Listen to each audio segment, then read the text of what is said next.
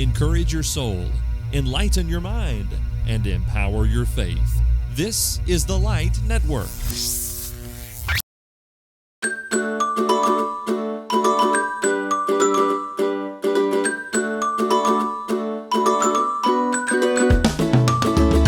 Hello and welcome to Wifey Wednesdays, a podcast for women who are seeking to be the best wives they can be.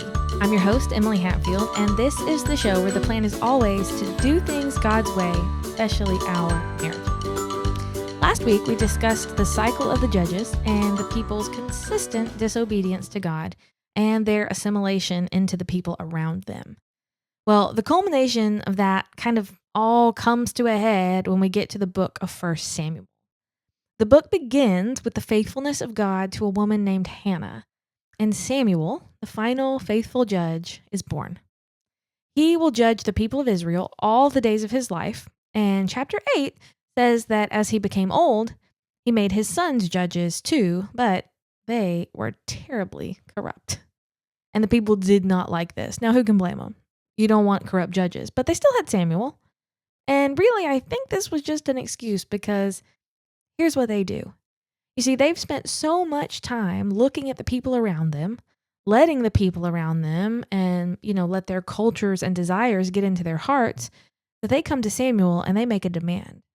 They tell him, "You're old, so appoint for us a king to judge us so that we can be like all the other nations." Now, hold on. Let's really analyze this for a minute because it may not seem on the surface to be that big of a deal. Okay, they had judges, now they want a king. They're judges that they have right now, Samuel's sons, they're not good. Okay, yeah, blah, blah, blah. What does this mean? Number one, they want to be like all the other nations. The ones that they were supposed to drive out and definitely not become like. But they want to be like them. And they have become so calloused that this is what they tell Samuel. Here is a judge, a prophet.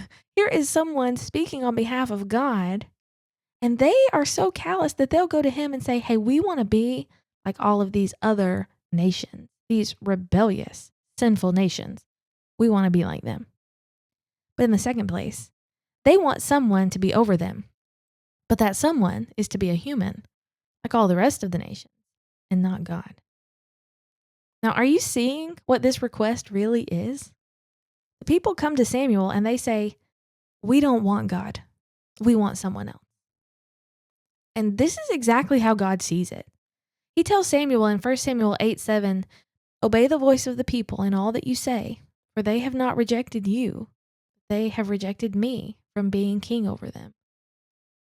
So I titled this episode, "The People Demand a Different King," because it's not just that they demand a king and not a judge.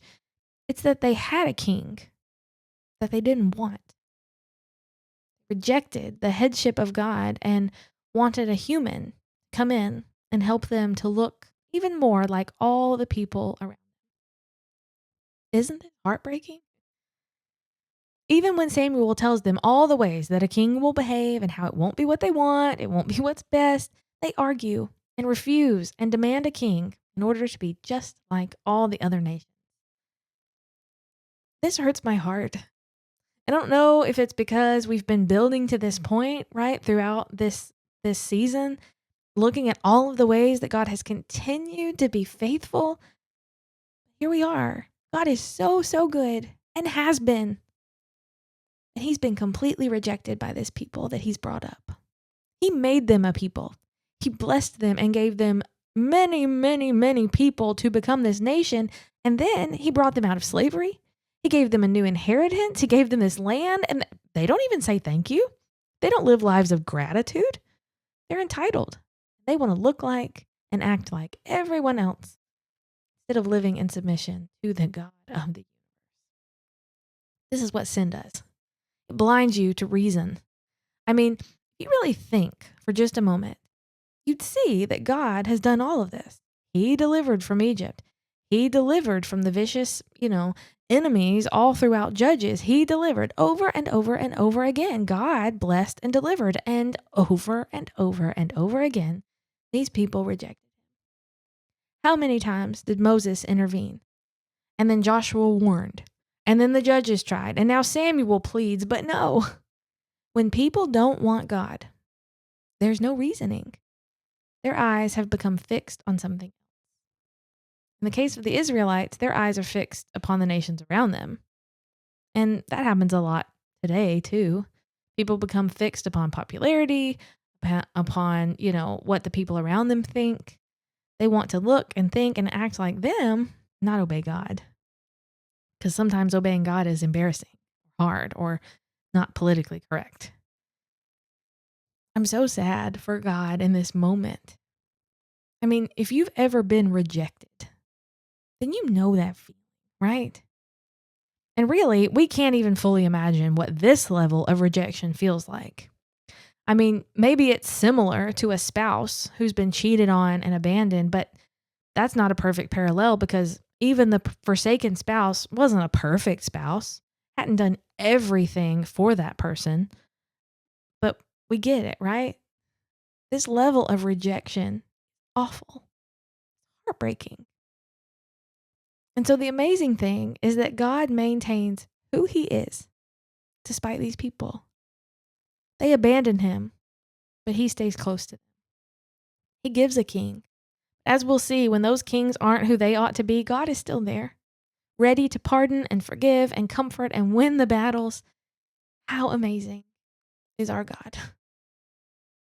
Let us never, ever resent the rule that he has in our lives.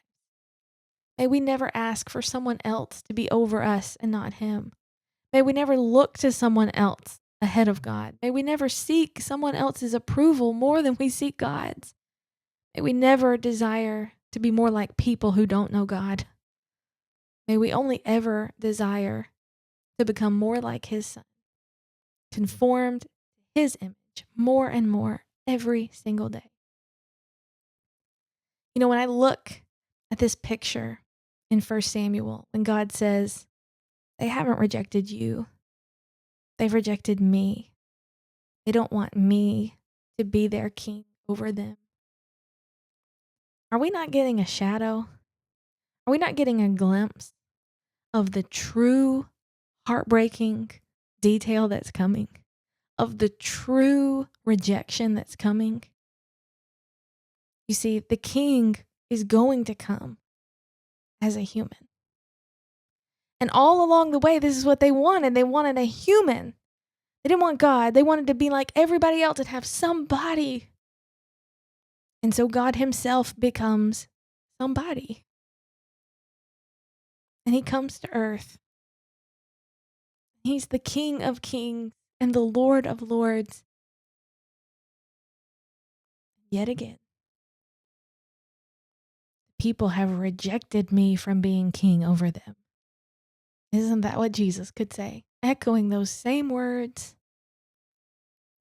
They rejected him.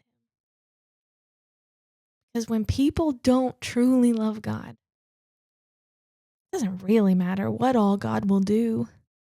All of the ways that he will show himself to be such a perfect and loving and compassionate Father. We'll always find excuses if we want to. The people of Israel always did. I'm so thankful. Even though God, who knows the end from the beginning, who knew that he would send Jesus to come to earth and that Jesus would die for us in this epitome of rejection. All along the way, God knew this. He knew how many times people would reject him. He never stopped pursuing. He never gave up and said, I won't forgive. I'm finished. When people return to him, he is there. He is waiting. He is ready. God himself spilled his own blood to cover the sins of people who reject him. If they'll only turn and realize the grave error that they've made. There are so many things that we can learn from the Old Testament about who God is, how amazing he is, how faithful, how compassionate, how true to his word, faithful to this plan. So thankful that he didn't abandon these people. Because what it shows me is that he won't abandon me either. No matter how far I've gone, how low I feel, God won't leave me there. All I have to do is turn to him. And that's all you have to do too. So let's be people that are so very different than the Israelites. Let's be people who accept Christ as King, who accept God as King, who don't want anything else. Give me but Jesus, my Lord crucified. That's who I want. That's what I want my whole life to be about.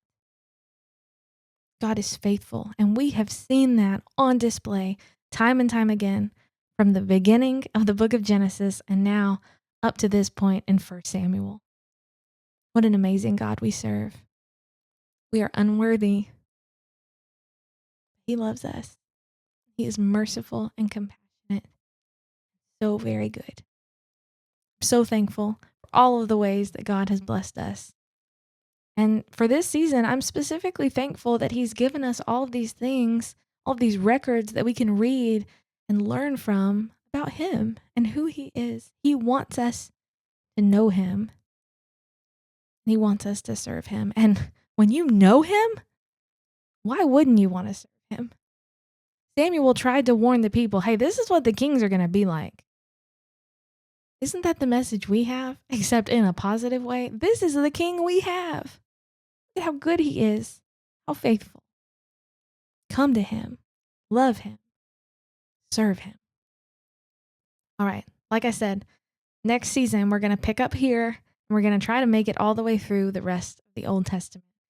There are so many things that we can learn about God and his goodness, and I'm looking forward to studying that with you in the coming year, the Lord willing. Thanks so much for being with me. And until next time, remember, love God, love your husband.